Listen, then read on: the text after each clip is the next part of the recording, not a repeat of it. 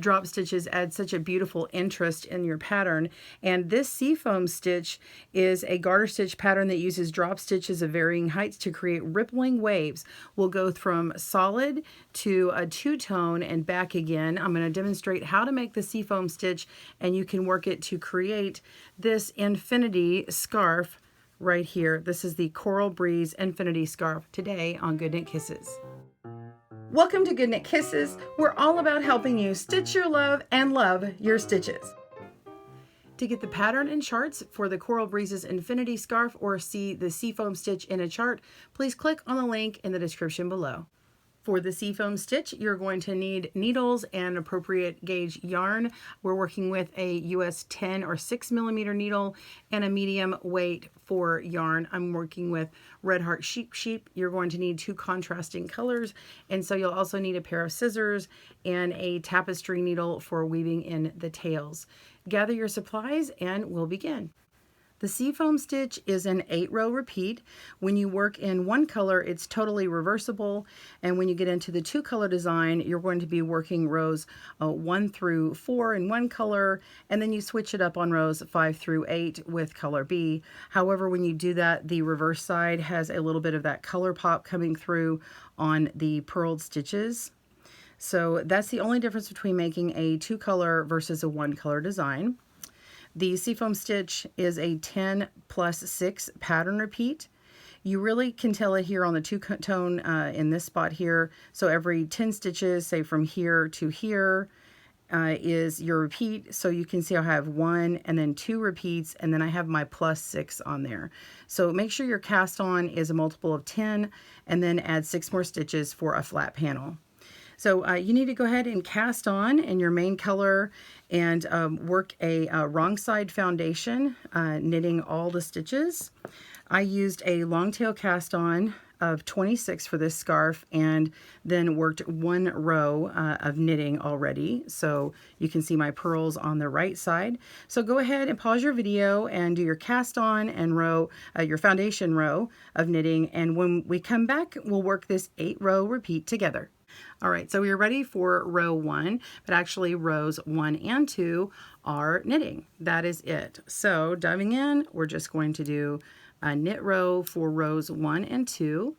And go ahead and knit those 2 rows, pause your video to work on that. And when we come back, we'll start working on row 3, which is the first of our drop stitch rows. All right, pause your video and I'll see you in a moment. All right, we're ready for row 3, and we're going to start by knitting 6. So go ahead and do that. 1, 2, 3, 4, 5, and 6. Pause your video as you need. All right, now we're going to start the drop stitch section. So from here on, you're just going to keep repeating what I do, and you won't do the 6 together at any time. Anytime you're knitting a series of them together, they're just going to be 5. All right, so first we're going to yarn over twice to create our first drop, and so they'll start to increase, and we're going to be putting a knit stitch right after. Okay, so we're going to yarn over twice. So simply take your yarn and wrap it around once and twice. If it helps, you can put your thumb on there to keep it from falling off. And then we're just going to lock it in with a knit stitch. Okay, that keeps that drop on there. Now we're going to move on to the second one, which is yarn over 3 times. So 1, 2, 3, knit that stitch. Now these are represented by saying YO2K. So that's yarn over 2 times and then knit. Okay, so now I've done 3. We're going to do 4. 1, 2, 3, 4, and then knit. So that's YO4K knit. And then now we need to back it back down. So we did a 2, a 3, a 4. The 4 is the tallest, and then we're going to go back down to a 3 and then a 2.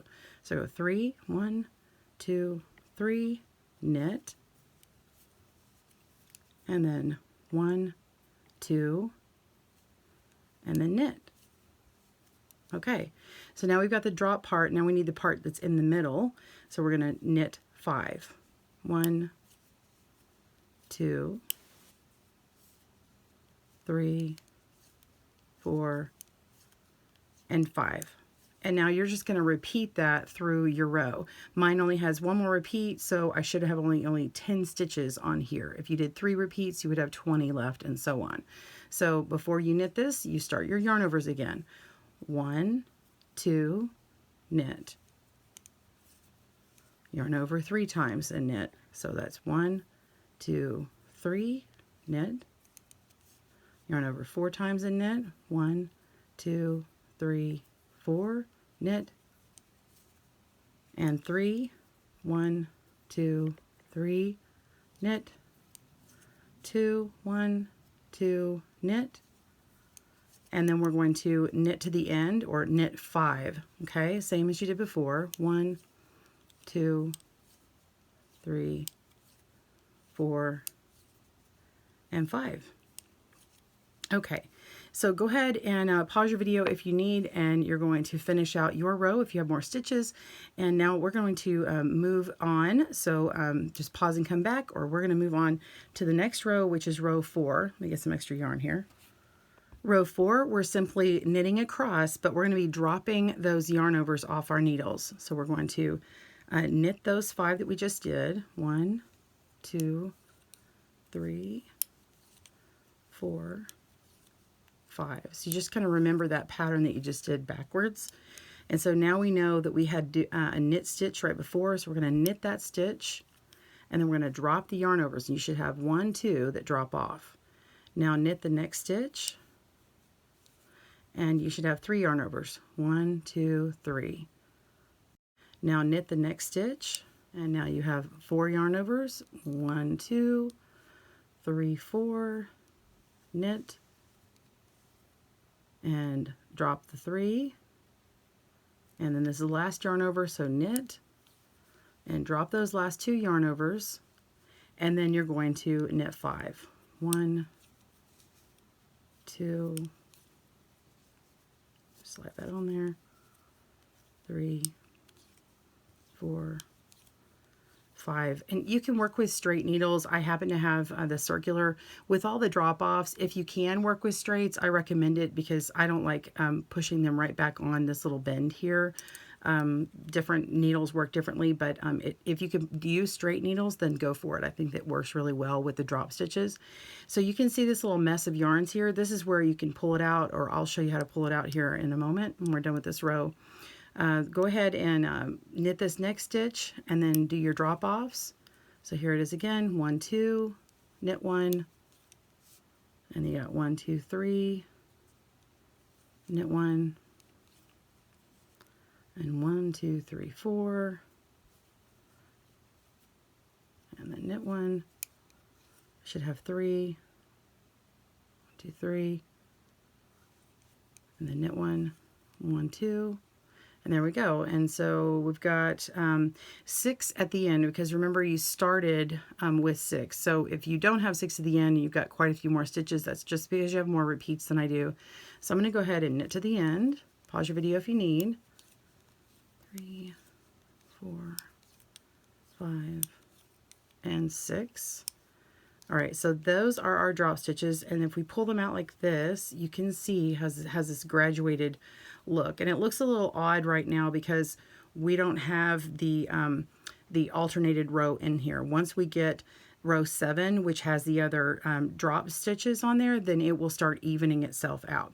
So let's turn this over, and now you are ready to begin your row 5 through 8. So if you want to keep doing a one color design, then just continue in what you have and work. You're going to work rows 5 through 6 knitting. So just 2 rows and knit those rows. I'm going to go ahead and add on a second color, and this is the spot where you will add on your first color change. So go ahead and grab color B. Okay, I've grabbed my second color here. And I'm just going to go right into that first stitch and work the stitch as a knit stitch and knitting across. So you're going to work 2 rows in either A or B. If you're color changing, this is the spot you need to do it. If you are new to working with color and obviously new to drop stitches and stuff, you could go ahead and add a stitch marker to the front here to show you this is the right side, and you always add color on the right side of your work. If you add it on the wrong side, then that's where you'll have that other color peek through. All right, pause your video, maybe back up for row 7. See you in a moment.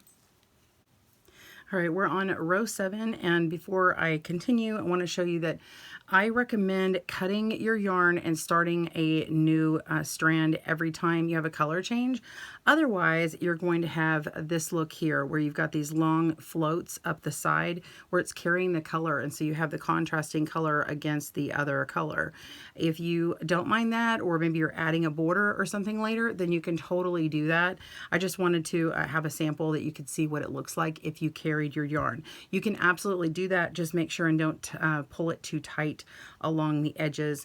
And if you do start carrying it like that, always grab the new color of yarn. If I was to start a new row of color here, I would grab it from underneath the last one, and it twists it nicely up that way. All right, so row 7, let's begin that. Row 7, we'll just start with a knit 1. That's it, knit 1. And then we're going to continue the same exact pattern we did before for the drop stitches. So you're going to yarn over twice, 1, 2, and knit. Yarn over 3 times, 1, 2, 3, and knit. Yarn over 4 times, 1, 2, 3, 4, and knit. And if you're not sure what you did, like, hey, did I go back and I did 2 twice or something, you can go back and you can read your knitting and like, see, this is the knit stitch, and then I have 3, 4 in between, and then here's my knit stitch, and I have 1, 2, 3. Here's a knit stitch, and then I have 1, 2. And so you can kind of tell if you've got the right amount. And so, you know, if you put your work down, where am I? Okay, I did 2, 3, 4, and now I'm ready for a 3. So I go 1, 2, 3, knit, 1, 2, knit. And then the same as before, we're just knitting 5 stitches in between. 1, 2, 3, 4, and 5. So after you knit your 5, you'll repeat your yarn over section. Keep repeating it until it goes to the end of the row. You won't end with the knit 5, but you'll end with the repeat of the YO2K. So that is going to be that's going to be it. So the very last stitch is actually a knit stitch. So continue repeating this, and then you have row 8, which is just the same as row 4, where you drop all the yarn overs off of your needles. And that is your seafoam stitch repeat. So if you want to weave it in, you're going to come back through this color and start weaving the color back on itself through your garter stitches, and just come up and around following the stitch patterns that you see, just like that old candy, I think I would call it ribbon candy. It goes up and around through here. So I'm just following the color that already exists. And then we'll come up once more. I'm going to go into this shorter part of the garter and not through these longer drop stitches. And back around. And then this should hold nicely, and then we'll just cut our yarn and be ready to go. So that's how you would weave in your tails for all these tails here. Go ahead and finish weaving in all of your tails except for the one that you're going to use to connect the ends, and you'll be ready to go to block your work and then sew the seams up. I hope you enjoyed this tutorial. For more tutorials like it, please be sure and click on the subscribe button and the bell icon to get more, or you can join as a member and get free PDFs of all patterns, or just subscribe to our newsletter and get notes of when everything comes out. Thanks for joining us today, where we help you stitch your love and love your stitches. See you again soon.